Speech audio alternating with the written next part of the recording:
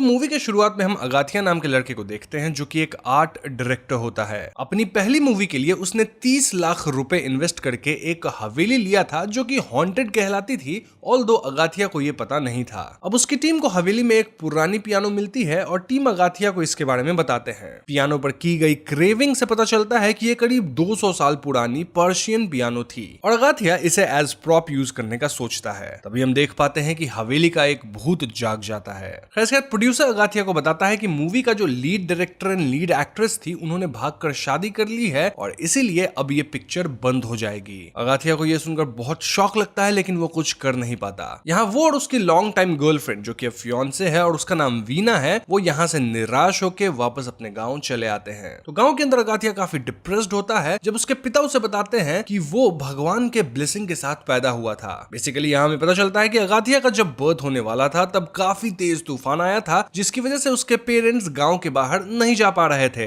इसलिए अगाथिया के पापा अपनी बीवी को कलिंगी नाथ के मंदिर में लेके गए थे। तभी वहां एक औरत हाथ में एक जलते हुए दिए को लेके वहां आती है और डिलीवरी में उनकी हेल्प करती है और उन्हें बताती है कि आज सारे ग्रह एक स्ट्रेट लाइन में आए हैं जिसकी वजह से ये नक्षत्र बहुत शुभ है और ऐसे में उनका जो बेटा होगा वो एक बहुत ही यूनिक चाइल्ड होगा। उस औरत को देखकर ऐसा लग रहा था जैसे वो बिल्कुल भी साधारण तो नहीं थी ना। अगाथिया जब पैदा हुआ तब वो बिल्कुल भी मूव नहीं कर रहा था। ये देखकर उसके पेरेंट्स बिल्कुल अपसेट हो जाते हैं और उसके पापा उसे कलिंगी नाथ के आइडल के सामने रख देते हैं। तभी आइडल में से एक रोशनी, एक बीम ऑफ लाइट निकलती है और अगाथिया रोने लगता है, यानी कि वो जिंदा हो जाता है। सो यस, अगाथिया के जन्म की जो कहानी है वो बिल्कुल भी नॉर्मल तो नहीं थी, बहुत ही ज्यादा डिवाइन जैसी थी। खैर तो यहाँ वीना बात को काटते हुए कहती है कि हमें ऐसे डिप्रेस्ड होकर नहीं बैठना चाहिए, रादर आगे की सोचनी चाहिए। बेसिकली वीना यहाँ उस हवेली को एक हॉन्टेड हाउस में कन्वर्ट करना चाहती थी। वीना का कहना था कि हॉन्टेड हाउस का कॉन्सेप्ट आउट ऑफ इंडिया काफी पॉपुलर है और अब यहाँ भी उसकी पॉपुलैरिटी ग्रो कर रही है और क्योंकि ऐसे भी पौंडीचेरी जहाँ ये हवेली थी वो एक टूरिस्ट स्पॉट है तो ये बिजनेस बहुत प्रॉफिटेबल बन सकता है, लोग हॉरर हाउस देखने आएंगे। अब अगाथिया को ये आइडिया काफी पसंद आता है और वो इस बात के लिए मान जाता है। फिर क्या था, एक बार फिर पूरी टीम को जुटाया जाता है और ये लोग मिलकर उस हवेली को एक हॉन्टेड हाउस में कन्वर्ट करते हैं। फिर ये लोग इस जगह की ग्रैंड ओपनिंग करवाते हैं और ओपनिंग पे आए स्पेशल गेस्ट को मूवी के स्टार्टिंग वाला भूत दिखता है पर ये लोग उसे क्रू का पार्ट समझकर उससे बातें करते हैं। खैर इनका ये बिजनेस आइडिया काफी हिट होता है और इन्हें इससे काफी प्रॉफिट होने लगता है। अब अगले सीन में हम वीना और अगाथिया को बात करते हुए देखते हैं और वीना वही पर्शियन पियानो बजा रही होती है और अगाथिया उसे बेथोवेन बजाने को कहता है। वहां क्रू के बाकी लोग भी आ जाते हैं और वीना के ऐसा करते ही पियानो से साइड में कुछ कंपार्टमेंट ओपन होकर क्लोज होने लगते हैं। अगाथिया ये देखकर फिगर आउट करता है कि ये एक पजल पियानो है जिसमें एक हिडन डोर होगा जो कि एक कॉम्बिनेशन ऑफ कीज को प्ले करने से खुलेगा। इसलिए वो वीना को बेथोवेन कंप्लीट ट्यून बजाने को कहता है और वीना के ट्यून खत्म होते ही पियानो के साइड में एक डोर ओपन होता है। अगाथिया डोर के अंदर के कंपार्टमेंट से कुछ चीजें निकालता है जैसे कि किसी लड़की की गाउन, एक पुरानी स्टेथोस्कोप, एक पुरानी फिल्म रील और लास्टली एक स्केलेटन। उसी रात अगाथिया अकेले बैठा होता है और वो जैसे ही उस फिल्म रील को खोलता है उसकी सोल उसकी बॉडी से निकल जाती है। जी हाँ दोस्तों, वो पहले तो खुद को उसी हवेली में बैठा देखता है बट तभी सीन बदल जाती है और वो एक आदमी और एक ब्लॉन्ड लड़की को एक बहुत ही सुंदर सिमेट्री में देखता है। तभी एकदम से वो आदमी अगाथिया को देखता है और उसकी सोल वापस उसकी बॉडी में रियल टाइम में आ जाती है। ऑफ कोर्स इस पूरे फेनोमेनन से अगाथिया रियल टाइम में काफी ज्यादा कंफ्यूज हो गया था और ये सीन यहीं पे कट हो जाती है। अब अगले सीन में हम एक न्यूज एंकर को अनाउंस करते हुए देखते हैं कि 80 साल पहले जैसा एक और इक्लिप्स फिर से होने वाला है। इस इक्लिप्स के दौरान सारे 8 प्लैनेट्स एंड सन एक स्ट्रेट लाइन फॉर्म करेंगे। अब वीना और क्रू मेंबर प्रिया हॉन्टेड हाउस में इसी इक्लिप्स की बातें कर रहे होते हैं। तभी वो दोनों क्रू के एक और मेंबर शंकर को देखते हैं जो कि पियानो के अंदर मिले स्केलेटन को स्टेथोस्कोप पहनाकर पियानो पे बैठा दिया था, kind of like a prop. इसके बाद सब अपने अपने काम में लग जाते हैं। जहां वीना ऊपर कैश अरेंज कर रही होती है कि तभी उसका हाथ ड्रॉ में आ जाता है। उसके फिंगर से खून निकलने लगता है और एक ड्रॉप सामने के मिरर पे पड़ जाता है। जब वीना अपने वुंड को कवर कर रही होती है तब मिरर पे उसका ब्लड ड्रॉप मल्टीप्लाई हो जाता है पर वो जैसे ही मिरर में देखती है वहां फिर सिर्फ एक ही ड्रॉप ब्लड था। तभी वो मिरर में पीछे के स्केलेटन्स को देखती है।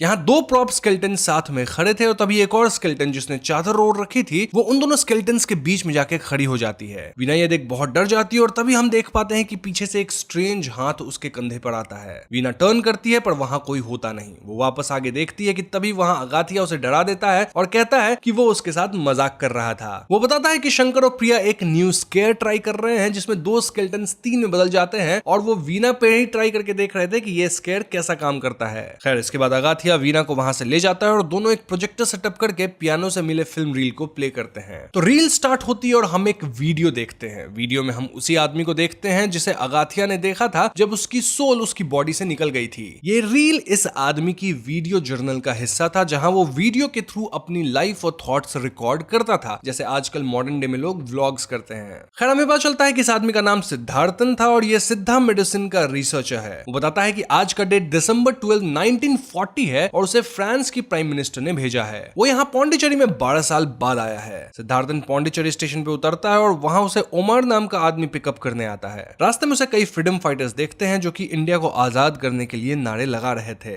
आगे जाके वो नोटिस करता है कि वहां की हर दूसरी लैंडमार्क किसी एडविन के नाम पे थी, जैसे कि Edwin Dupleix road, Edwin Dupleix statue वगैरह वगैरह। वो उमर से इसके बारे में पूछता है। इस पे उमर उसे बताता है कि एडविन काइंड ऑफ पौंडीचेरी के हिटलर जैसा है। एडविन एक मॉन्स्टर है जो कि बहुत रेसिस्ट भी है और वो इंडियंस के बैक पर नाइफ से कट्स बनाता है क्योंकि उसे खून बहते हुए देखना अच्छा लगता है। वो पुअर इंडियंस को एज स्लेव्स ट्रीट करता है और अपनी एंटरटेनमेंट के लिए उन्हें बहुत ही टॉर्चरस पनिशमेंट्स वगैरह देता है। ये सब जानने के बाद सिद्धार्थन बताता है कि वो भी यहाँ एडविन से ही मिलने आया है। तभी हम एडविन का पैलेस देखते हैं और ये वही हॉन्टेड हवेली है दोस्तों, जहाँ प्रेजेंट में अगाथिया अपना हॉन्टेड हाउस चला रहा है। खैर, सिद्धार्थन अंदर जाता है और पूरी हवेली सजी हुई थी। दरअसल उस दिन एडविन की छोटी बेटी जैकलिन का बर्थडे था। यहाँ सिद्धार्थन एडविन से मिलता है और एडविन के साथ हम शेषाद्री को भी देखते हैं। अब दोस्तों, मूवी के स्टार्टिंग में जिस भूत को हमने देखा था वो शेषाद्री का ही भूत रहता है। नाउ यहाँ एडविन सिद्धार्थन की बेइज्जती कर देता है और उसे ये बात बिल्कुल भी पसंद नहीं आ रही थी कि क्वीन ने एक इंडियन को गवर्नमेंट जॉब दे दिया था, क्योंकि हम जानते हैं कि एडविन तो इंडियंस को अपने से नीचे मानता था। तभी पार्टी में जैकलिन आती है और हम देख पाते हैं कि वो एक व्हील चेयर पे बैठी होती है। सिद्धार्थन शेषाद्री से पूछता है कि जैकलिन को क्या हुआ था और शेषाद्री बताता है कि जैकलिन जब 16 साल की थी तो उसका एक एक्सीडेंट हुआ था जिसमें उसकी स्पाइन काइंड ऑफ टूट गई और तब से वो पैरालिटिक है। वो बताता है कि जैकलिन को कई डॉक्टर्स ने ठीक करने की कोशिश की है पर कोई भी सक्सेसफुल नहीं हो पाया और जैकलिन के दोनों हाथ और दोनों पैर बिल्कुल काम नहीं करते।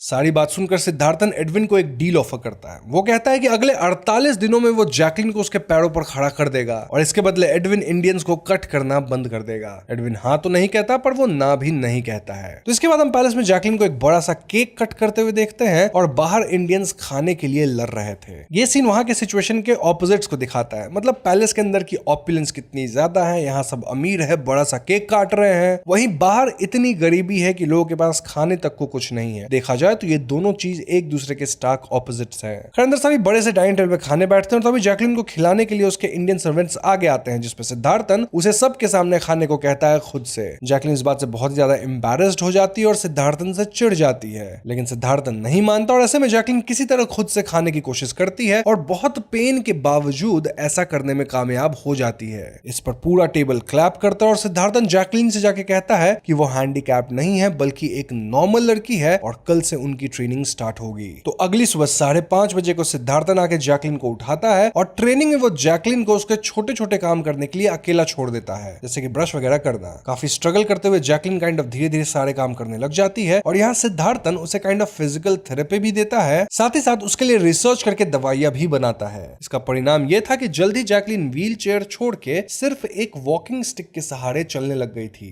अब तक जैकलिन सिद्धार्थन से काफी कंफर्टेबल भी हो चुकी थी और एक दिन जब वो अपने चेयर से उठ रही होती है तब उसका बैलेंस बिगड़ जाता है और सिद्धार्थन उसे बचा लेता है। नाउ एडविन ये सब देख रहा था और वो गुस्से में अपना गन उन पे पॉइंट करता है। तभी रील खत्म हो जाती है और हम वापस रियल टाइम में वीना और अगाथिया को देखते हैं। नाउ ऑफ कोर्स ये दोनों जानना चाहते थे कि आगे क्या हुआ, पर उनके पास जानने का कोई ऑप्शन नहीं था। तभी वीना देखती है कि अगाथिया जो कॉपी लेके बैठा था उसमें उसने कुछ बनाया था। उस पिक्चर में एक बूढ़ा सेंट एक छोटे बच्चे को लेके कहीं जा रहा होता है। अगाथिया को समझ नहीं आता कि आखिर हुआ क्या, पर उसे ये फिल्म रोल देखने के बाद काफी वियर्ड लग रहा होता है। वो खिड़की से बाहर देखता है तो उसे बाबा कलिंगीनाथ की परछाई दिखती है जो एक सेकंड में गायब हो जाती है। अगाथिया यहाँ काफी कंफ्यूज था, लेकिन वो वहां से वीना के साथ चला जाता है। अब अगले दिन हम हॉन्टेड हाउस में एक कपल को देखते हैं जो कि हॉल के बीच में बने पिरामिड में चले जाते हैं। तभी उनके चीखने की आवाज आती है, जिसके बाद वीना और अगाथिया भागकर वहां पहुंचते हैं। नाउ लड़की बताती है कि वो अपने बॉयफ्रेंड के साथ पिरामिड के अंदर गई थी पर अकेली ही बाहर आई है, मतलब उसका बॉयफ्रेंड गुम गया है। सब उस लड़की को ढूंढने लगते हैं लेकिन लड़का मिल ही नहीं रहा था और ऐसे में जल्द ही ये बात एक ब्रेकिंग न्यूज बन जाती है और पूरे शहर में बात फैल जाती है कि ये हॉन्टेड हाउस सच में हॉन्टेड है। अगाथिया काफी परेशान होता है और अपनी माँ के साथ बिताए हुए टाइम को याद करता है। तभी उसके सामने एक एक्स आके गिरता है और एक हिडन कंपार्टमेंट। वो जैसे ही उसे हाथ लगाने वाला होता है कि उसे कुछ विजन्स आते हैं। इसके बाद अगाथिया एक्स को वुडन फ्लोर से निकालता है और तभी उसे एक अंडरग्राउंड रास्ता दिखता है। वो नीचे उतर कर देखता है है कि अंदर एक पूरा फ्लोर ही बना था और यहाँ उसे वो लड़का मिलता है जो गायब हुआ था। इनफैक्ट यहाँ अगाथिया को कुछ घोस्ट्स भी दिखते हैं। अगाथिया इस लड़के को लेकर जा रहा होता है कि तभी वहां वीणा आ जाती है जो कि पजेस थी। वो अगाथिया से कहती है कि वो यहाँ से चला जाए क्योंकि ये प्लेस सेफ नहीं है। ऐसा कहते ही वो स्पिरिट वीणा की बॉडी को छोड़कर वहां से चली जाती है। अगाथिया तुरंत वीणा के पास जाता है जहाँ उसे एक डायरी मिलती है। खैर तो अगले सीन में हम अगाथिया और वीणा को बात करते हुए देखते हैं और यहाँ अगाथिया वीणा को बताता है कि उसके अंदर उसी फ्रेंच लड़की की भूत घुस गई थी। वो उसे उस डायरी के बारे में बताता है और ये दोनों डायरी खोलकर पढ़ने लगते हैं, जिसके बाद हम एक बार फिर सिद्धार्थन को देखते हैं। मतलब अब कहानी वापस से सिद्धार्थन की हमें बताई जाएगी through the diary back story में। यहाँ हमें पता चलता है कि सिद्धार्थन 18 साल बाद वापस इंडिया क्यों आया था। दरअसल सिद्धार्थन के पापा और मम्मी एक सिद्धा प्रैक्टिशनर और एक वैद्य थे। यहाँ हमें एक इंटरेस्टिंग बात पता चलती है कि अगाथिया का बर्थ जिस औरत ने कराया था ये वही औरत है, मतलब सिद्धार्थन की माँ। आगे हमें पता चलता है कि कैसे कोई भी सिद्धार्थन के पापा के मेडिसिन प्रैक्टिस को सीरियसली नहीं लेता था और सब अंग्रेजी मेडिसिन पे डिपेंड होना शुरू कर दिए थे। उसके पापा से ये बर्दाश्त नहीं हुआ और वो गुजर गए। इसके बाद सिद्धार्थन मार्क एंड्रू नाम के सेलर के साथ दुनिया भर में ट्रैवल किया और मेडिसिन की ट्रेनिंग लिया।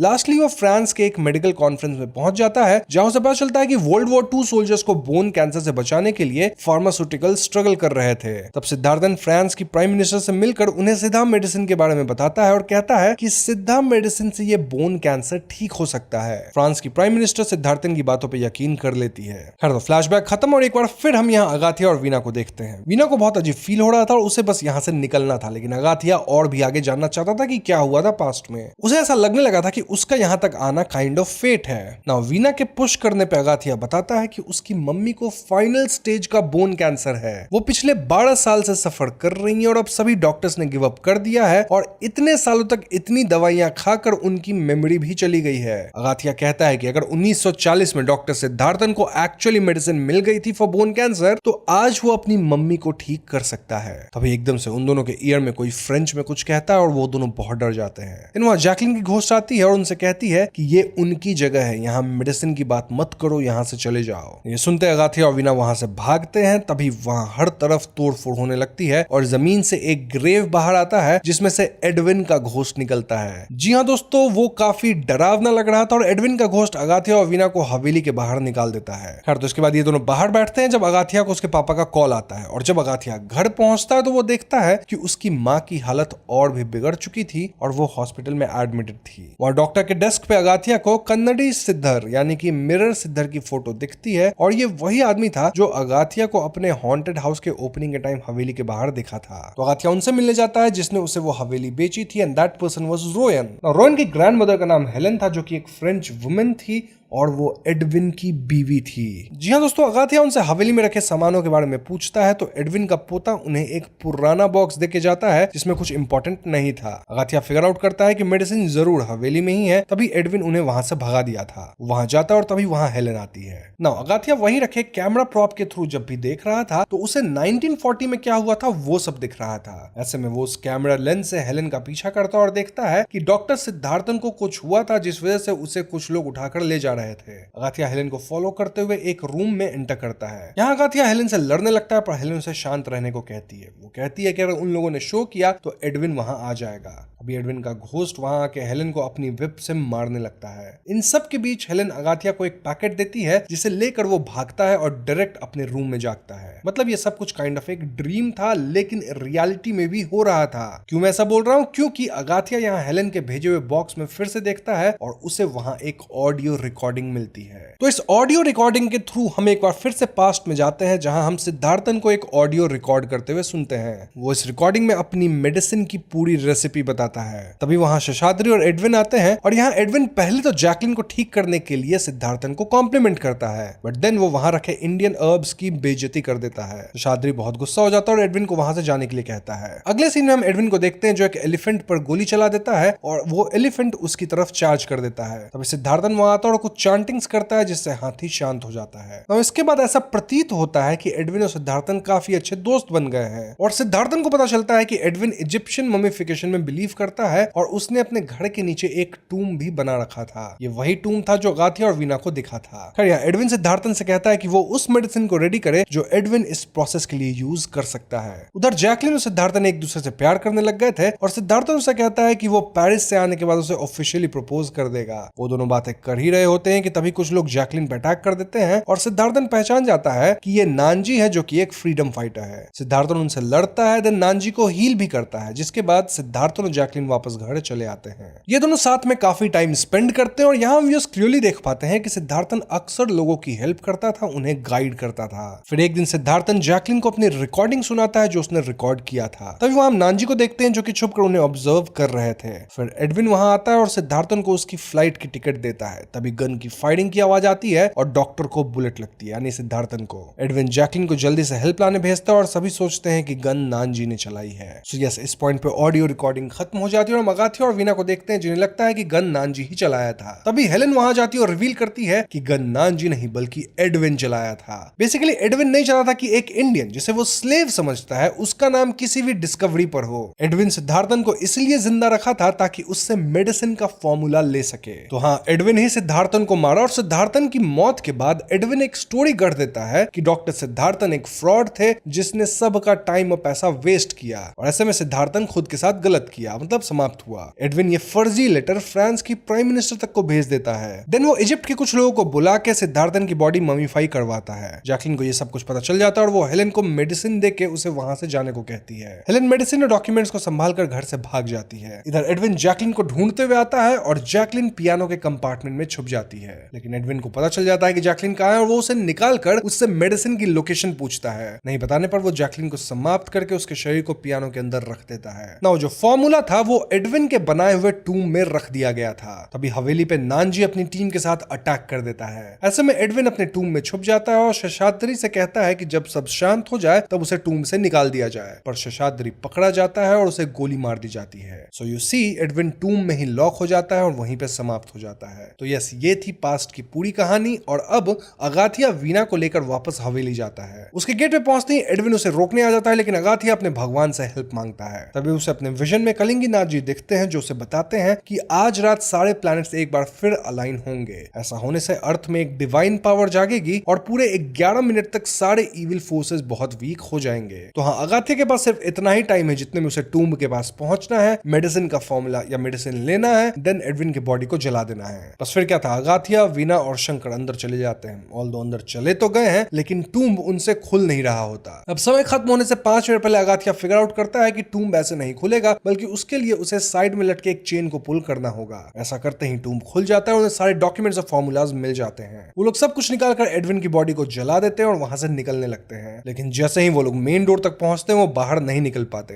इसके ठीक बाद एडविन वहां आ जाता है और उनसे सारी चीजें ले लेता है। वो इन तीनों को चोक भी करने लगता है। ऐसे में अगाथिया के पेरेंट्स कलिंगी नाथ जी से प्रे करते हैं। उनकी प्रेयर्स की वजह से सिद्धार्थन की आत्मा अपने टूम्ब से निकलती है और अगाथिया को बताती है कि उसका जन्म ईविल को डिस्ट्रॉय करने के लिए हुआ है। यहाँ ये तक रिवील किया जाता है कि पिछले जन्म में अगाथिया नानजी था। जी हाँ दोस्तों, अब अगाथिया जिसे सब कुछ याद आ चुका था एज नानजी, वो अपने एस्ट्रल फॉर्म में एडविन के घोष से लड़ता है। सिद्धार्थन भी उसकी हेल्प करता है और दोनों मिलकर एडविन को खत्म करते हैं। तो इसके बाद अगाथिया वापस अपने बॉडी में आ जाता है और उसे सिद्धार्थन की सिद्धा की कंप्लीट फॉर्मूला बुक मिल जाती है। सिद्धार्थन और जैकलिन भी फाइनली एक दूसरे से मिल जाते हैं और सिद्धार्थन फाइनली जैकलिन को ऑफिशियली प्रपोज भी करता है। यहाँ पे सीन कट होता है, जिसके बाद हम कुछ मंथ्स आगे की कहानी देखते हैं जहाँ अगाथिया की मम्मी की बोन कैंसर ठीक हो चुकी है, लेकिन उनकी मेमोरी अब भी वापस नहीं आई होती है। अगाथिया कहता है कि भले ही उसकी माँ को कुछ याद ना हो, बट उसे तो याद है कि वो उसकी माँ है और इसीलिए वो उनका ख्याल रखेगा। तभी स्क्रीन ब्लैकआउट हो जाता है और हम अगाथिया की मॉम की आवाज सुनते हैं जो अगाथिया को बुला रही होती है, इंप्लाइंग दैट इन फ्यूचर उनकी मेमोरी भी लौट आती है। यहीं पे फिल्म खत्म हो जाती है। दोस्तों, ये थी अगाथिया मूवी की कंप्लीट स्टोरी और फिल्म की कहानी काफी सेल्फ एक्सप्लेनेटरी है, जहां थियरीज की कोई खास जरूरत नहीं है। आई मीन पास्ट में जो कुछ भी हुआ था वो हमें बता दिया गया है। नानजी के बारे में भी हम समझ पाए कि कैसे अगाथिया काइंड ऑफ उसका पुनर्जन्म है, एंड एडविन कितना इविल था इस बात का भी हम सबको पता चल ही गया है। स्टिल मैं यहाँ कुछ चीजों पर रोशनी जरूर डालना चाहूंगा। देखो, अगाथिया का जन्म एक यूनिक सिचुएशन में होता है जब उसके पेरेंट्स को लगा कि वो जिंदा नहीं रहेगा। साथ ही वो एक ऐसा मोमेंट था जब प्लैनेट्स वगैरह अलाइन किए थे। इस बात को लेकर एक थ्योरी हो सकती है कि अगाथिया का जन्म एक डिवाइन पर्पस के लिए ही हुआ था। उसका जिंदा रहना सिर्फ एक कोइंसिडेंस नहीं, बल्कि उसके अंदर एक एंशिएंट पावर का कनेक्शन था जो उसे एक स्पेशल रोल दे रहा था। उसका काम इविल को ही समाप्त करने का था, जो कि उसने एंड तक कर भी दिया। और देखा जाए तो पिछले जन्म में वो नानजी था और नानजी भी उस टाइम एक फ्रीडम फाइटर था जो कि अपना कर्तव्य निभा रहा था। सो यस, इस तरह से अगाथिया की जो पूरी लाइफ स्टोरी थी वो एक कंप्लीट सर्कल आती है और हम उसका पर्पस भी समझ पाते हैं। अब आप पूछ सकते हो कि अगाथिया अगाथिया एडविन की आत्मा से कैसे लड़ सकता था? वेल, मूवी हम देख चुके हैं तो हमें पता है कि ये सब वो कर पाया कलिंगी नाथ जी की मदद से, जो कि एक डिवाइन डेटी हैं। अब अगर कलिंगी नाथर जी की बात की जाए तो वो एक इंडियन एसेटिक थे जो नॉर्दर्न इंडिया के नाथा ट्रेडिशन और सदर्न इंडिया के सिद्धा ट्रेडिशन दोनों से जुड़े हुए थे। वो सेंट भोगड़ के गुरु थे और वाराणसी में जन्मे थे। उनका संबंध एंशिएंट ट्रेडिशन के नवा नाथ साधुज यानी 9 होली एसेटिक्स से था, जो अपने परंपरा को शिवा तक पहुंचाते हैं। उनका संबंध कंजमलाई हिल से भी है जो सदर्न इंडिया में है, और उन्हें अक्सर कंजमलाई सिद्धर के रूप में भी जाना जाता है। उन्होंने अपनी मुक्ति कंजमलाई हिल पर ही प्राप्त की थी जो कांचीपुरम के पास है, और उनका समाधि जो अब सिद्धार्थ कोविल टेम्पल के नाम से जाना जाता है वहां स्थित है। यह हिल सिवतापुरम नाम के एक छोटे से गांव में है जो सलेम इंडिया से 12 किलोमीटर दूर है। बेसिकली इलम पिल्लाई वाला जो रास्ता है उसी रास्ते पे यह पड़ता है। यह टेम्पल काली जी और मुरुगन जी से भी जुड़ा हुआ है। सो यस, यू सी कि इसकी हिस्ट्री कितनी ज्यादा अमेजिंग है। और यहाँ कलिंगी नाथ जी के ही पावर को दिखाया गया है, क्योंकि बचपन से उनका आशीर्वाद अगाथिया पे था।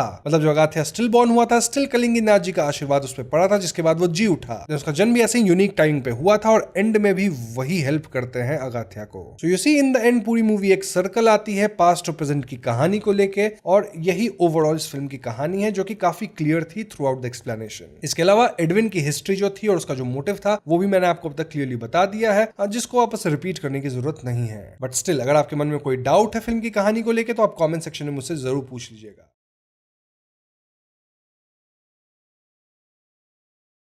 तो सीरीज की कहानी 1980 में शुरू होती है, जहां विराट पालम गांव में एक शादी हो रही होती है। इस शादी में दुल्हन का नाम दुर्गा था और दुल्हन की ब्राइड्समेड भ्रमरंबा थी, जो कि इस गांव के प्रेसिडेंट की बेटी भी थी। भ्रमरंबा हर किसी की शादी में ब्राइड जैसा ड्रेस करके जबरदस्ती ब्राइड्समेड बन जाया करती थी। गाँव की एक एल्डर लेडी दुर्गा को तिलक वगैरह लगाती है, लेकिन जैसे ही दुर्गा मंडप पे शादी करने बैठती है उसे खून की उल्टी आ जाती है, जिससे वो खत्म हो जाती है। अब यहाँ से कहानी तकरीबन 10 साल आगे आती है, जब मीना नाम की एक लड़की अपनी माँ के साथ इसी गांव में आती है। मीना एक पुलिस कांस्टेबल थी जिसका अभी अभी विराट पालम गांव में ट्रांसफर हुआ था। मीना का हर 6 महीने पे ट्रांसफर होता रहता था, क्योंकि वो एक बहुत ही ईमानदार पुलिस वुमन थी। साथ ही उस पुराने टाइम पे लेडी का पुलिस में होना कहीं न कहीं रेयर था। अब मीना जब विराट पालम पहुंचती है तो वहाँ के सभी लोग उसे घूर घूर के देख रहे थे। मीना ये सब इग्नोर करती है और अपने रेंटेड घर में सेटल हो जाती है। अगली सुबह वो पुलिस स्टेशन ज्वाइनिंग के लिए जाती है और स्टेशन के सीनियर इंस्पेक्टर यानी SI तुरंत ही मीना को एक केस असाइन कर देते हैं। दरअसल गांव के प्रेसिडेंट का बेटा चिन्ना बाबू पुलिस स्टेशन फोन करके बताया है कि उसके घर से एक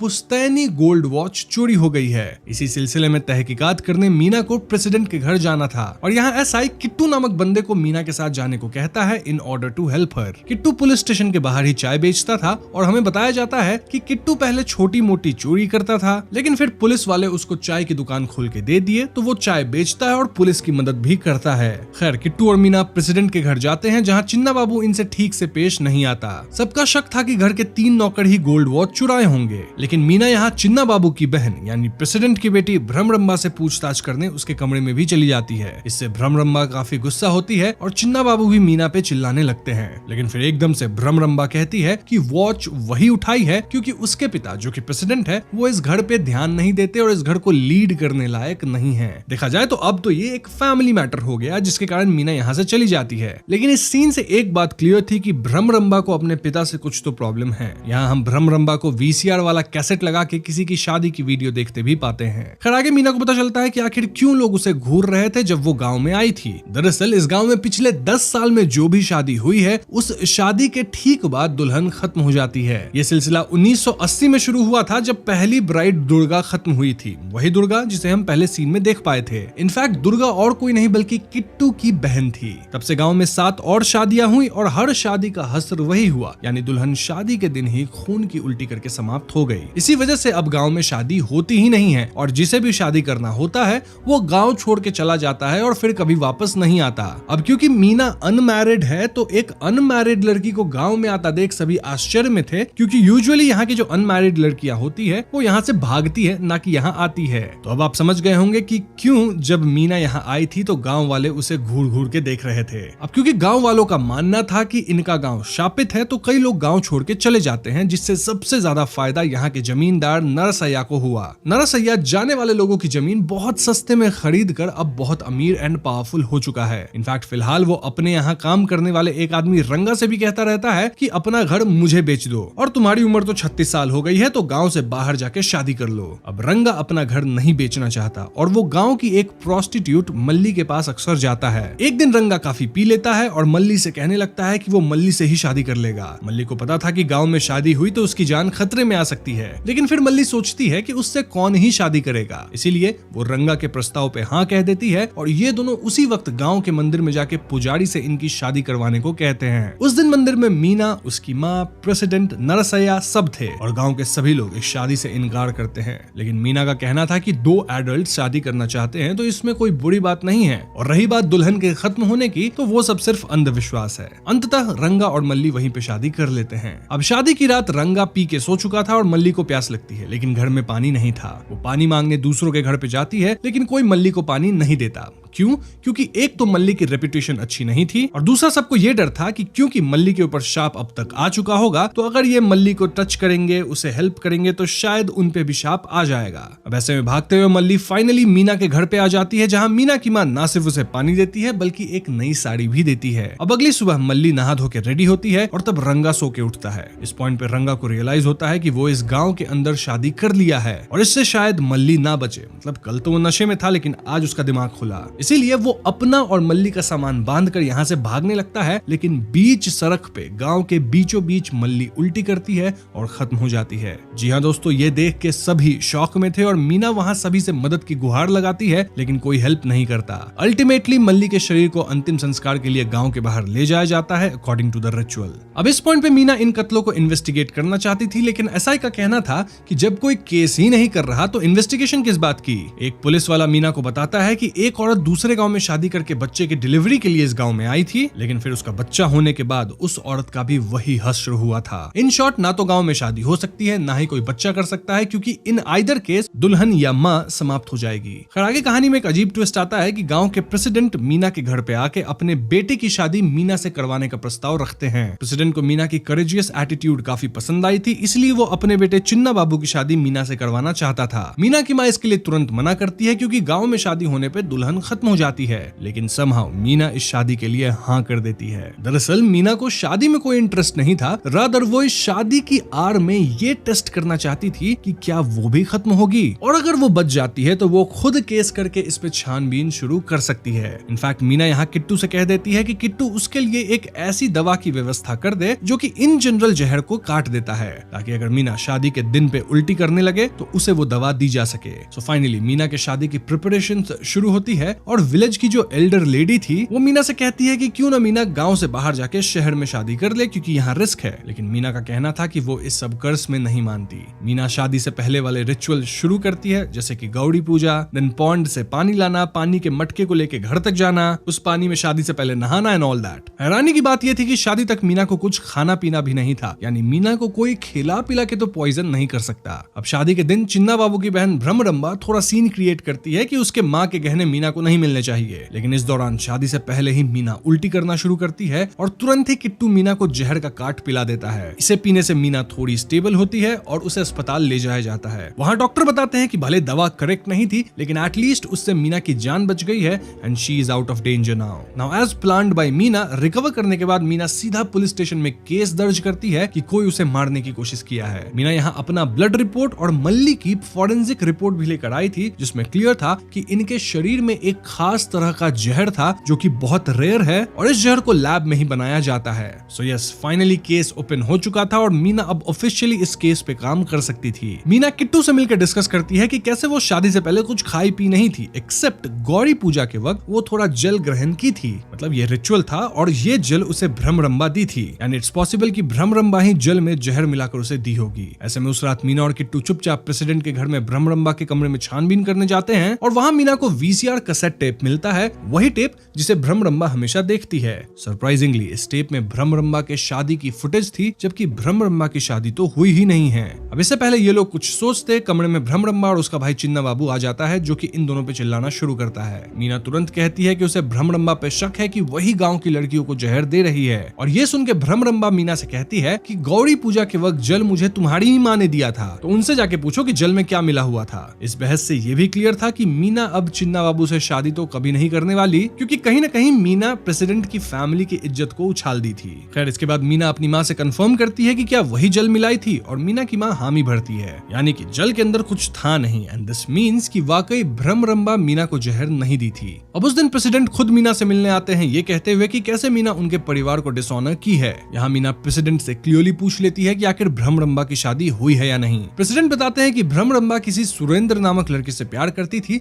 जो कि इनकी जाति का नहीं था। ऐसे में प्रेसिडेंट शादी के दिन सुरेंद्र को डरा धमका के गांव से भगा दिए, और भ्रमरंबा मंडप पे उसका इंतजार करती रह गई। वीसीआर टेप वाली फुटेज भ्रमरंबा के मंडप पे इंतजार करने वाली है, ना कि उसकी शादी की, क्योंकि उसकी शादी तो हुई ही नहीं। और उसी टेप को देख के भ्रमरंबा आज तक सुरेंद्र को याद करती है। भ्रमरंबा आज तक शादी भी नहीं की, और तब जाके प्रेसिडेंट को अपनी गलती का एहसास हुआ। But this is too late, क्योंकि प्रेसिडेंट के कई बार ढूंढने के बाद भी उन्हें सुरेंद्र कहीं नहीं मिला। So yes, this is Bhramaramba stories, और क्यों वो अपने पिता यानी प्रेसिडेंट से नफरत करती है। वैसे प्रेसिडेंट यहाँ एक बात बहुत क्लियर करते हैं कि भ्रमरंबा कभी किसी को खत्म नहीं कर सकती। खैर इसके बाद मीना पुलिस स्टेशन जाती है, जहां उसे पता चलता है कि उसका ट्रांसफर लेटर आ चुका है। दिस वाज शॉकिंग, क्योंकि मीना को यहाँ आए सिर्फ 1 महीना हुआ था, और ऐसे में मीना हेड ऑफिस जाती है to ask about her transfer. वहाँ मीना के अंकल उससे मिलते हैं, जिनका हेड ऑफिस में अच्छा खासा जान पहचान था, और वो पता करके बताते हैं कि मीना का ट्रांसफर नरसैया करवाया है। जी हाँ दोस्तों, जमींदार नरसैया का ये किया धरा था, और इसका मतलब ये कि नरसैया शायद इन कत्लों के पीछे है। मीना तुरंत किट्टू को ये सब बताती है। किट्टू भी फौरन नरसैया के जीप पे जाकर उसकी झूठी तारीफ करता है, और वो बातों बातों में ये बात निकलवा लेता है कि मल्ली के खत्म होने के 1 दिन पहले नरसैया शहर गया था। नाउ दिस इज इंपॉर्टेंट, क्योंकि जो जहर विक्टिम्स को दिया जा रहा था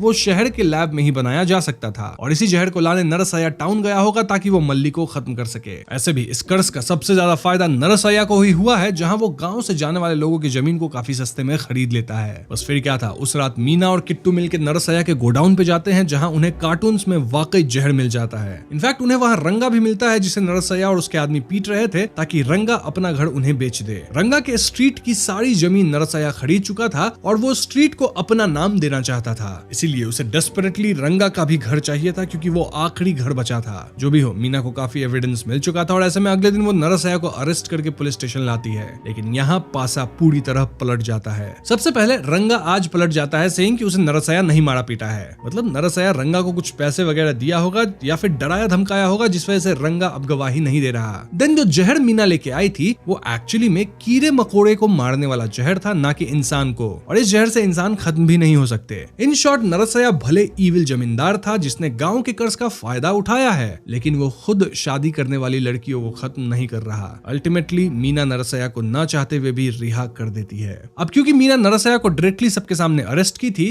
तो बदले में नरसैया उस घर को खरीद लेता है जिसमें मीना रह रही थी ऑन रेंट, एंड देन वो मीना को घर से निकाल फेंकता है। मीना की माँ भी अब उससे बहुत ज्यादा अपसेट थी, क्योंकि मीना रेकलेसली गांव में सभी से दुश्मनी ले रही थी। इसी सब के बीच मीना अपने अंकल को फोन करती है और उनसे सुरेंद्र को ढूंढने कहती है, ताकि वो सुरेंद्र और भ्रमरंबा को वापस मिलवा सके। इसी सब के दौरान मीना पोस्ट ऑफिस जाती है, जहां पोस्ट मास्टर हर कॉल, चिट्ठी या मनी ऑर्डर की रिकॉर्ड रखते थे। मीना तुरंत उन डेट्स का पता लगाती है जिन पे गांव में शादियां हुई थी, मतलब वो शादियां जिसके बाद दुल्हन खत्म हुई, और फिर इन्हीं डेट्स के 1-2 दिन आगे पीछे के पोस्ट ऑफिस रिकॉर्ड्स को चेक करती है। मतलब इन रिकॉर्ड्स में कहीं कोई रिपीटेड कॉल्स या पोस्ट तो ना आया है। अब मीना को यहाँ एक फोन नंबर मिलता है जिसपे इन्हीं डेट्स के आसपास बार बार कॉल हुआ था, और जब मीना इस नंबर पे कॉल लगाती है तो ये जगह KLM केमिकल फैक्ट्री निकलती है। जी हाँ दोस्तों, यानी कातिल कॉल करके पोस्ट से जहर मंगवाता है फ्रॉम KLM केमिकल फैक्ट्री। अब इसके बाद मीना को सुरेंद्र का पता लगता है, और वो सुरेंद्र को गांव बुला के भ्रमरंबा से मिलवा देती है। इससे प्रेसिडेंट के घर में सभी खुश होते हैं, और मीना कहती है कि भ्रमरंबा और सुरेंद्र की शादी इसी गांव में होगी, क्योंकि उसे पता लग चुका है कि कातिल कौन है। वो कातिल को शादी के टाइम पे ही पकड़ेगी। बस फिर क्या था, भ्रमरंबा के शादी के रिचुअल्स शुरू होते हैं, और मीना मेक श्योर करती है कि भ्रमरंबा ना कुछ खाएगी ना ही कुछ पिएगी। वहीं दूसरी तरफ किट्टू KLM केमिकल फैक्ट्री जाके किसी रमना को ढूंढता है, और रमना किट्टू को देखते भागता है। इनके बीच थोड़ी हाथापाई होती है, जिसके एंड में रमना किट्टू को ओवरपावर कर देता है। ऑल्दो रमना यहाँ किट्टू को खत्म नहीं करता बल्कि भाग जाता है। ऐसे में किट्टू भी भाग के शादी वाली जगह पे आता है जहाँ वो फिर से रमना को ऊपर वाली छत पे देखता है। किट्टू भाग के रमना को पकड़ लेता है और उसे मारते पीटते सबके सामने लाता है। किट्टू कहने लगता है कि ये रमना ही जहर बनाता है और लड़कियों को खत्म करता है, लेकिन तभी मीना कहती है कि रमना बस जहर बनाता है लेकिन जहर देने का काम उसका नहीं है,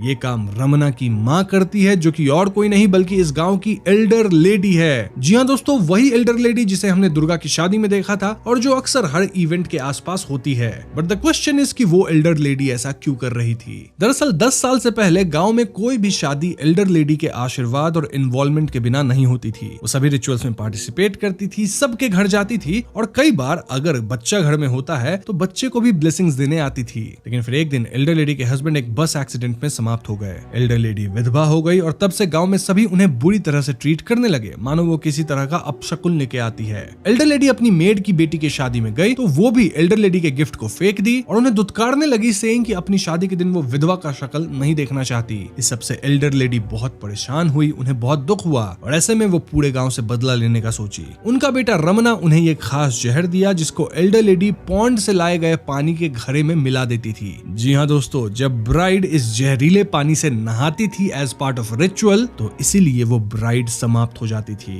और यहाँ मीना भ्रमरंबा को नहाने से रोक भी दी थी। अब एल्डर लेडी का कहना था कि कोई उसे शादी वाले घर में घुसने नहीं देता था, इसलिए वो शादी वाले घर को मातम वाला घर में तब्दील कर देती थी जहाँ उन्हें बुलाया जाता था। रमना KLM केमिकल्स में काम करने लगा और वहाँ से जहर बना के अपनी माँ को तब भेजता जब उसकी माँ उसे फोन करके बताती कि गाँव में फिर से शादी होने वाली है। सो फाइनली गाँव के लोगों को सब पता चल चुका था और सभी यहाँ एल्डर लेडी पे चिल्लाते हैं। लेकिन मीना यहाँ एक और चीज पॉइंट आउट करती है। वो कहती है कि इस गांव में हमेशा देवी की पूजा होती है, लेकिन इट्स अनफॉर्चुनेट कि गांव की औरतों की आइडेंटिटी सिर्फ उनके पति से जुड़ी है। मतलब अगर किसी औरत का पति खत्म हो गया तो उस औरत की कोई इज्जत नहीं रह जाती।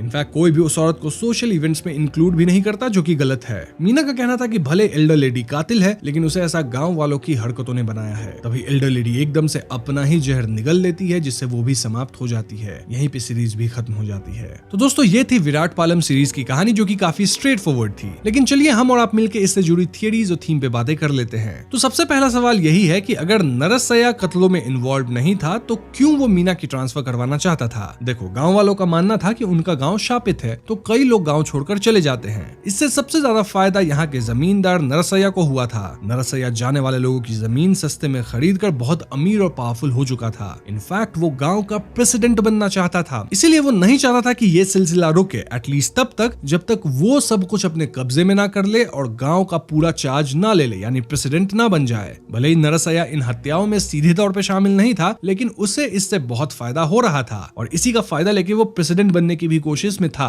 अब मीना उसके प्लान्स में रुकावट डाल सकती थी, इसीलिए वो मीना का ट्रांसफर करवाना चाहता था। अब अंत में हमें पता चलता है कि कातिल तो एल्डर लेडी थी और उनके कत्ल का रीजन भी हमें बताया जाता है, which is the theme of this series. गाँव में ये प्रथा थी कि किसी भी औरत के पति की मृत्यु के बाद उस महिला को समाज में बुरी तरह से ट्रीट किया जाता था, उसका सम्मान छीन लिया जाता था और उसे अपशकुन माना जाता था। ये सीरीज जो विराट पालम है ये इसी गहरी सामाजिक मुद्दे को उठाती है। एल्डर लेडी के भी विधवा होने के बाद गांव में सभी उसे बुरी तरह से ट्रीट करने लगे, मानो वो किसी तरह का अपशकुन लेके आती हो। इस सबसे एल्डर लेडी इतनी परेशान हुई कि उसने पूरे गाँव से बदला लेने की सोची। यहाँ आयरनी ये थी कि ये गाँव में सभी देवी की पूजा करते हैं लेकिन औरतों को ठीक से ट्रीट नहीं करते थे। मीना इस बात पे जोर देती है कि भले ही एल्डर लेडी कातिल है लेकिन गाँव वालों के इस तरह के बर्ताव ने ही उसे ऐसा बनाया है। ये सीरीज एक शक्तिशाली संदेश देती है कि कैसे सामाजिक दुश्मनी, सुपरस्टिशन और गलत रीति रिवाज महिलाओं के जीवन को तबाह कर सकते हैं और उन्हें इतना मजबूर कर सकते हैं कि वो गलत रास्ता चुने। अब एक और बात जो मैं एक्सप्लेनेशन के दौरान बोलना भूल गया वो ये कि किट्टू कहीं ना कहीं मीना को पसंद करता था, लेकिन इसका आगे कुछ हुआ नहीं, इसलिए मैंने आपको एक्सप्लेनेशन के दौरान ये बात नहीं बताई।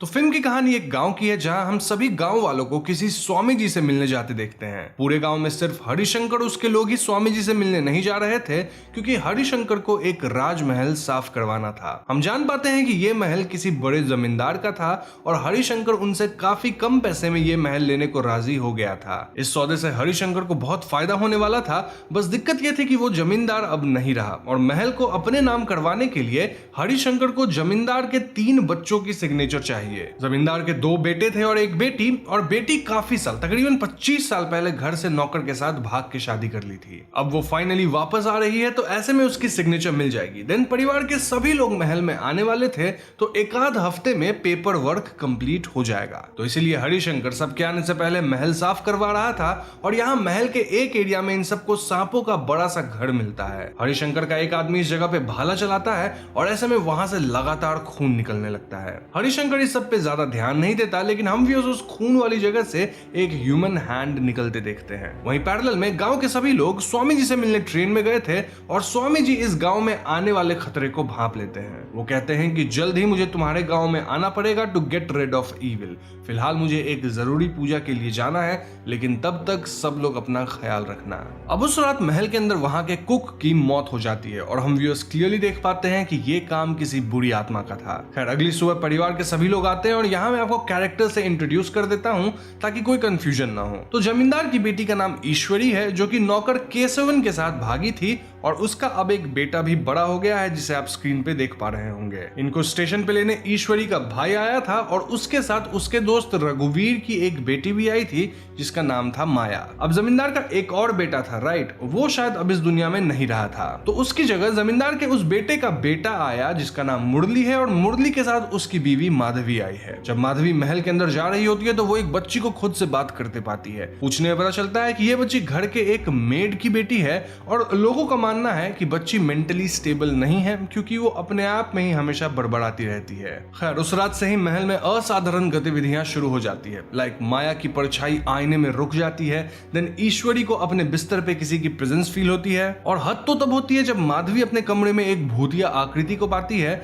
और ये आकृति खूनी हाथों से मुरली की तरफ ऐसे इशारा कर रही थी मानो उसे मुरली चाहिए। खैर अगले दिन हम महल में 3 और लोगों को चोरी छुपे घुसते देखते हैं, और इनमें मेन इंसान था पालसामी, और बाकी 2 उसके चेले थे। पालसामी की दादी का महल के ओरिजिनल ओनर यानी जमींदार के साथ चक्कर था, और वो उस महल में कोई फोटो या कोई सबूत की तलाश में आया था जिससे वो भी महल में हिस्सा मांग सके। फिलहाल पालसामी यहाँ खुद को एज कुक बताता है, और अपने दोनों आदमियों को असिस्टेंट कुक्स, जिससे तीनों को महल में नौकरी मिल जाए और वो लोग महल में सर्चिंग वगैरह कर सके। इसी बीच घर के अंदर एक वाटर पाइप फट जाता है। नौ महल में और भी कुछ असाधारण गतिविधियां होती हैं, जिसका शिकार केशवन होता है। इससे केशवन की मेमोरी काइंड ऑफ 25 साल पीछे चली जाती है, यानी कि उसे लगने लगा था कि वो महल का नौकर है और उसे ईश्वरी को पटाना है। इन्हीं वारदातों के बीच माया पाती है कि फटे पाइप के कारण वार्डरोब में पानी घुस गया था, और इसी वार्डरोब में जमीन के कागजात थे जो कि पूरी तरह भीग चुके थे। ऐसे में हरिशंकर और मुरली नए कागजात बनवाने शहर जाते हैं, क्योंकि ये वाला कागज तो अब किसी काम का नहीं रहा। अब उसी रात हम वापस से महल की स्पिरिट या भूतनी को देखते हैं, जो कि यहाँ के पियक्कर ड्राइवर को आईने के अंदर खींच लेती है, इम्प्लाइंग कि वो ड्राइवर को मार ही दी होगी। अब अगले दिन गांव में माता जी का त्योहार था, और यहाँ हम जान पाते हैं कि आने वाले शिवरात्रि को एक सूर्य ग्रहण लगने वाला है। ऐसा 150 साल बाद हो रहा है, और इससे गांव में मुसीबतें भी आ सकती है, क्योंकि उस दिन इविल पावर्स अपने स्ट्रॉन्गेस्ट पे होगी। तो इसी को काउंटर करने के लिए गांव में 3 माताओं को उतारा जाएगा, काइंड ऑफ त्रिवेणी संगम करके नदी में उतारा जाएगा, ताकि गांव में कोई प्रॉब्लम्स ना आए। और आज इनके गांव की माता का प्रस्थान था। खैर त्योहार के बीच ही यहाँ एक नया मेन कैरेक्टर इंट्रोड्यूस होता है, जिसका नाम रवि है, और रवि माधवी का भाई है। पेशे से रवि एक लॉयर है, और वो भी कुछ दिन के काम वगैरह के सिलसिले में इस गांव में आया है। अब महल वापस आने पे माधवी रवि से कहती है कि उसे इस महल में भूत की प्रेजेंस फील हुई है, और रवि इस बात को काफी हल्के में लेता है। इन दोनों की बातों से हम जान पाते हैं कि शादी से पहले एक बाइक एक्सीडेंट के कारण माधवी शायद कभी मां नहीं बन सकती है, और ये जानते हुए भी मुरली माधवी से शादी किया। दिस प्रूव्स कि मुरली कितना अच्छा इंसान है, and Madhavi is still hopeful कि वो मां बन जाए, और वो अब भी दवा वगैरह करती है, टेस्ट वगैरह करवाती रहती है कि बाय चांस उसका लक निकल जाए। अब इस कॉन्वर्सेशन के दौरान भी माधवी को महल की इविल स्पिरिट नजर आती है, लेकिन रवि को कोई नहीं दिखती। अब आगे रवि को माया भी कहती है कि महल में कुछ तो गड़बड़ है, और ऐसे में रवि हर जगह कैमरा लगा देता है। रवि पाता है कि वो मेड की छोटी बेटी अक्सर अपने आप में बात करती रहती है, और पूछने पे वो कहती है कि वो किसी देवी दीदी से बात कर रही है। इनफैक्ट ये बच्ची एक ड्राइंग भी बनाई थी देवी दीदी की, और ये ड्राइंग किसी भूत की लग रही थी। अगली रात महल पे एक बाबा आते हैं और रवि देखता है कि वो बाबा एकदम से डर के भागते हैं। इनफैक्ट रवि को भी महल की एक खिड़की पे इविल स्पिरिट क्लियरली दिखाई देती है और अब कहीं ना कहीं रवि को भी यकीन हो गया था कि महल में कोई भूत तो जरूर है। हद तो तब होता है जब अगले दिन घर का एक और नौकर मृत पाया जाता है, यानी अब तक एक कुक, एक ड्राइवर और एक नौकर मारे जा चुके हैं। इन तीनों की लाश गांव में कहीं तो पानी के नजदीक गिरी मिलती है। इस पॉइंट तक मुरली और हरिशंकर भी गांव वापस आ चुके थे और अब सभी परेशान थे। इन सारी घटनाओं को मद्देनजर रखते हुए रवि उस बाबा से मिलता है जो कि महल से पिछली रात भागे थे। बाबा का कहना था कि महल में वो क्लियरली किसी औरत के अंदर बुरी आत्मा को देख पाए हैं और वही आत्मा लोगों को मार रही है। बाबा यहाँ रवि को एक खास अंडा देते हैं क्योंकि ये अंडा इविल स्पिरिट के प्रेजेंस में अपने आप एक्टिवेट हो जाएगा, मतलब इसके अंदर कुछ तो हलचल होगी। खैर महल पे पुलिस सभी लोगों से पूछताछ कर रही थी और रवि वहां अंडा लेके बैठता है। तो एक एक करके महल के सभी लोग वहां आते हैं लेकिन अंडा में कोई हलचल नहीं होती। लेकिन जब माधवी वहां आती है तो अंडा एकदम से नाच के गिर जाता है और अंडे में से खून निकलता है। इससे एक बात तो क्लियर हो गई थी कि रवि की बहन माधवी के अंदर ही वो बुरी आत्मा समा गई है। इसके बाद हम व्यूअर्स को भी मिरर के थ्रू क्लियरली दिखाया जाता है कि माधवी के शरीर पे किसी का तो कब्जा है और यहाँ हम पहली बार इस बुरी आत्मा का असली रूप देख पाते हैं जिसका नाम था देवी। अब देवी के बारे में पता लगाते हुए रवि गांव में जाता है जहां लोगों का कहना था कि देवी तो कुछ साल पहले गायब हो गई थी। देवी पे मंदिर से भगवान के गहने चुराने का इल्जाम भी लगा था। तभी रवि की मुलाकात इस गांव के पुजारी की बेटी से होती है और वो रवि को देवी का सच बताती है। दरअसल बहुत छोटी उम्र में ही देवी का परिवार गांव में पूजा करने आए थे और एक कार एक्सीडेंट में सभी मारे गए और तब से पुजारी जी ही देवी को अपने पास रख के पाले पोसे, यानी कि ये लड़की और देवी एक तरह से बहनें हो गई। यहाँ से कहानी पास्ट में जाती है जहाँ कुछ साल पहले गांव में मुरली आया था जो कि उस वक्त शादीशुदा नहीं था और तब देवी की मुलाकात मुरली से हुई थी। अब इनिशियली तो ये दोनों बहुत अटपटे ढंग से मिले थे लेकिन कहीं न कहीं ये दोनों एक दूसरे को चाहने लग गए थे। इनफैक्ट पालसा में भी देवी को जानता था। अब देवी खास थी क्योंकि 5 साल की उम्र से ही हर चंद्र पूर्णिमा के दिन उसके अंदर माता आती थी और उस स्टेट में देवी पूरे गांव में सभी के प्रॉब्लम्स का सॉल्यूशन देती थी। इस खास दिन पे देवी के मुंह से निकली हर बात हमेशा सच ही होती आई थी। यहाँ देवी से मुरली की मां पूछती है कि शादी के लिए मेरे बेटे के लिए सबसे अच्छी लड़की कौन होगी और देवी विजन्स में खुद को देखती है। ऐसे में देवी इस बात का जवाब दिए बिना बेहोश हो जाती है। अब अगले दिन मुरली देवी से मिलता है और अपने प्यार का इजहार करता है। इनफैक्ट वो कहता है कि अगर देवी भी उसके साथ अपना जीवन बिताना चाहती है तो कल 4 बजे से पहले वो उससे जरूर मिलेगी क्योंकि कल 4 बजे वो वापस शहर चला जाएगा। अब अगले दिन देवी टाइम से घर से निकली भी ताकि वो मुरली से मिल सके लेकिन तब से ही वो गायब हो गई और समहाउ उस पे मंदिर के गहने चोरी करने का इल्जाम भी लग गया। खैर तो यहाँ से वापस हम प्रेजेंट में आते हैं और घर पे पहुंचते हैं जहाँ पे माधवी के अंदर अब भी देवी है और वो पाल सैमी और उसके दोस्त को पीटती है, फिर उन्हें ये सब भुलवा भी देती है। यहाँ घर पे फिलहाल देवी की बहन आई थी और अकेले में माधवी उसे अपना असली रूप दिखाती है। इस पॉइंट पे देवी अपनी आगे की कहानी अपनी बहनों को बताने लगती है और रवि भी छुप के सब सुन रहा था। दरअसल जब देवी मुरली से मिलने जा रही थी तो रास्ते में मंदिर का चेयरमैन देवी को रोक के मंदिर ले जाता है। क्यों? क्योंकि मंदिर के गहने चोरी हो गए थे और कोई वहां नकली गहने रख दिया था। अब जैसे ही देवी नकली गहने छूती है वो समझ जाती है कि ये चोरी हरिशंकर ने किया था। जी हाँ दोस्तों, ऐसे में देवी रोड पे हरिशंकर को कन्फ्रंट करती है लेकिन हरिशंकर देवी पे हमला कर देता है। देवी भागते हुए महल पहुंचती है लेकिन महल के नौकर, कुक और ड्राइवर मिलकर देवी का मुंह बंद करा देते हैं और देवी की आंखों के सामने मुरली वहां से निकल जाता है क्योंकि मुरली को पता ही नहीं था कि देवी आसपास है। मुरली एक अच्छा इंसान था, उसका इसमें कोई भागीदारी नहीं था, लेकिन उसे तो पता ही नहीं था कि देवी की जान खतरे में है। ये लोग देवी को छुपा दिए थे। तो हाँ, मुरली चला गया और उसके जाने के बाद हरिशंकर और उसके आदमी देवी को मार देते हैं और गहने चोरी का इल्जाम उसी पे डाल देते हैं। इनफैक्ट ये लोग देवी को जब दफनाने जाते हैं तो देवी अब भी पूरी तरह से मरी नहीं थी, लेकिन ये लोग चोटिल हालत में ही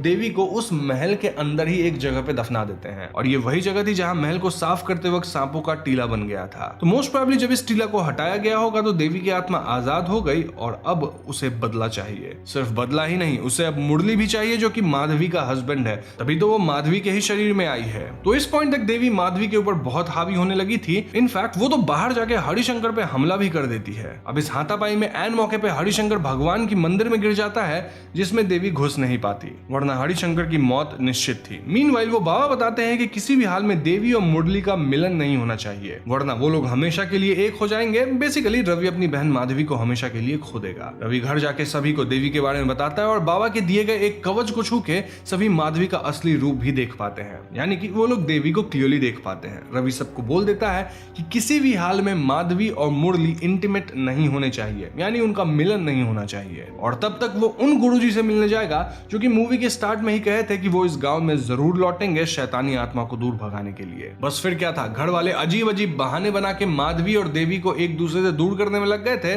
बेसिकली इन दोनों को डिस्टर्ब कर रहे थे। वहीं रवि गुरुजी के पास पहुंच जाता है। गुरुजी बताते हैं कि इस महाशिवरात्रि पे जब पूर्ण सूर्य ग्रहण लगेगा तो उस टाइम के बाद मध्य समय तक दुष्ट शक्ति का प्रभाव अधिक होगा, यानी देवी अपनी पूर्ण शक्ति को हासिल कर लेगी। उस वक्त अगर माधवी के अंदर वाली देवी और मुरली का मिलन हो गया तो कोई शक्ति उन्हें अलग नहीं कर पाएगी। इसको रोकने का 2 उपाय है। पहला उपाय तो यह कि देवी खुद से माधवी के शरीर को छोड़ दे, जो कि होने से रहा। तो दूसरा उपाय यह है कि त्रिवेणी संगम के टाइम पर अगर वो लड़की भी जल में उपस्थित हो, यानी माधवी जिसके अंदर अभी देवी है, तो माता की शक्ति उसे बंदी बना लेगी और माधवी बच जाएगी। ऐसे में गुरुजी और रवि दोनों घर की तरफ निकलते हैं। वहीं घर में माधवी और मुरली इंटीमेट होने वाले थे कि तभी माधवी के अंदर की देवी फील करती है कि हरिशंकर मंदिर से बाहर पुलिस द्वारा निकाला गया है। ऐसे में माधवी उर्फ देवी तुरंत हरिशंकर को ढूंढ निकालती है और उसे जान से मार देती है। पुलिस भी ये सब देख रही थी। हालांकि पुलिस को माधवी या देवी कुछ दिख नहीं रही थी, उन्हें बस दिख रहा था कि हरिशंकर हवा में अपने आप ही पटका जा रहा है और मारा जा रहा है। दूसरी तरफ अब तक गुरुजी और मुरली घर पे आ गए थे और वो सभी घर वालों को यहाँ से भाग जाने को कहते हैं। सब भागते हैं, लेकिन जब मुरली महल में अपने कमरे से निकलने की कोशिश करता है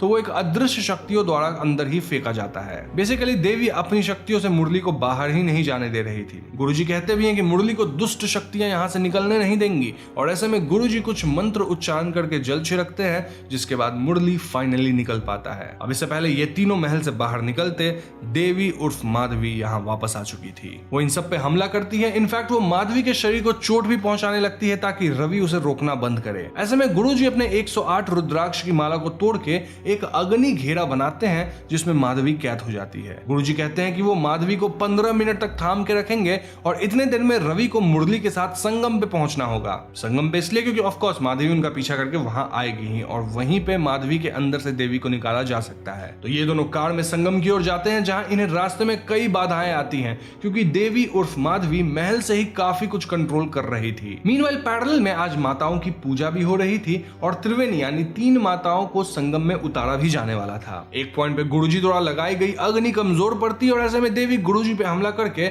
इस अग्नि घेरे से आजाद हो जाती है। वो तुरंत मुरली और रवि के कार के सामने आ जाती है, जिससे इनका कार एक्सीडेंट होकर नदी में गिरता है। तो इस पॉइंट पे जल के अंदर यानी हम कह सकते हैं संगम में रवि, मुरली और माधवी रूपी देवी तीनों थे और ऐसे में यहाँ हाथापाई शुरू हो जाती है। एन वक्त पे रवि ये तक रिवील करता है कि वो डॉक्टर से बात किया है और माधवी मां बनने वाली है। जी हाँ दोस्तों, माधवी के टेस्ट और दवा वगैरह सब कुछ काम कर गए थे और टेस्ट पॉजिटिव आया था और इस इमोशनल बात को सुन के माधवी कुछ देर के लिए अपने होश में आती है, लेकिन पलक झपकते ही देवी वापस उस पर हावी हो गई थी और वो मुरली को अब मारना चाहती थी। क्यों? क्योंकि मिलन का समय तो निकल गया। तो अब देवी का मानना था कि अगर इनका मिलन पृथ्वी पे नहीं हो सका तो आफ्टर लाइफ में ही हो जाएगा, जिसके लिए मुरली को मरना तो पड़ेगा। तो एकदम लास्ट मोमेंट पे देवी पानी से बाहर आने वाली होती है, लेकिन रवि उसके पैर को पकड़ लेता है और उसी टाइम पे त्रिवेणी मां को संगम में उतारा जाता है और उनकी शक्ति के प्रभाव से माधवी के अंदर से देवी बाहर निकल जाती है। इससे माधवी बेहोश हो जाती है और हम हवा में देवी की आत्मा को देखते हैं जो कि धीरे धीरे करके बिखर जाती है। इस पॉइंट पे माधवी को होश आता है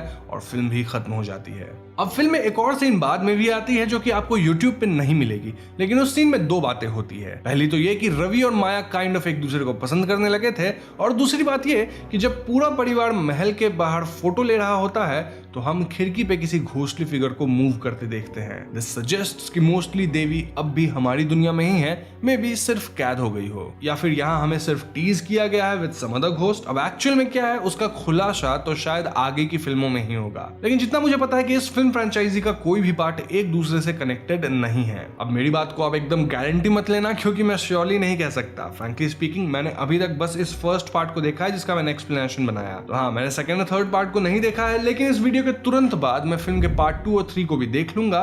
तब तक आप लोग कमेंट्स में बता देना कि क्या आप लोगों को अगली पार्ट्स पे वीडियो चाहिए। अगर लाइक्स और कमेंट्स या इन जनरल रिस्पांस अच्छा आता है तो मैं जल्दी वीडियो लेकर आ जाऊंगा और कोशिश रहेगी कि पार्ट 4 आने से पहले हम सब कवर कर ले, ताकि जब पार्ट 4 थिएटर में लगे तो उसको अपन आराम से एक्सप्लेन कर सके, ताकि अगर कोई कनेक्शन भी हो तो हमें समझने में कोई दिक्कत ना हो। तो बस आज की वीडियो में इतना ही। अगर वीडियो पसंद आई हो तो इसे लाइक और शेयर करें, साथ ही चैनल पे नए हैं तो हमें सब्सक्राइब भी कीजिएगा क्योंकि हम अपने चैनल पे ऐसे वीडियोस लाते रहते हैं। पीस।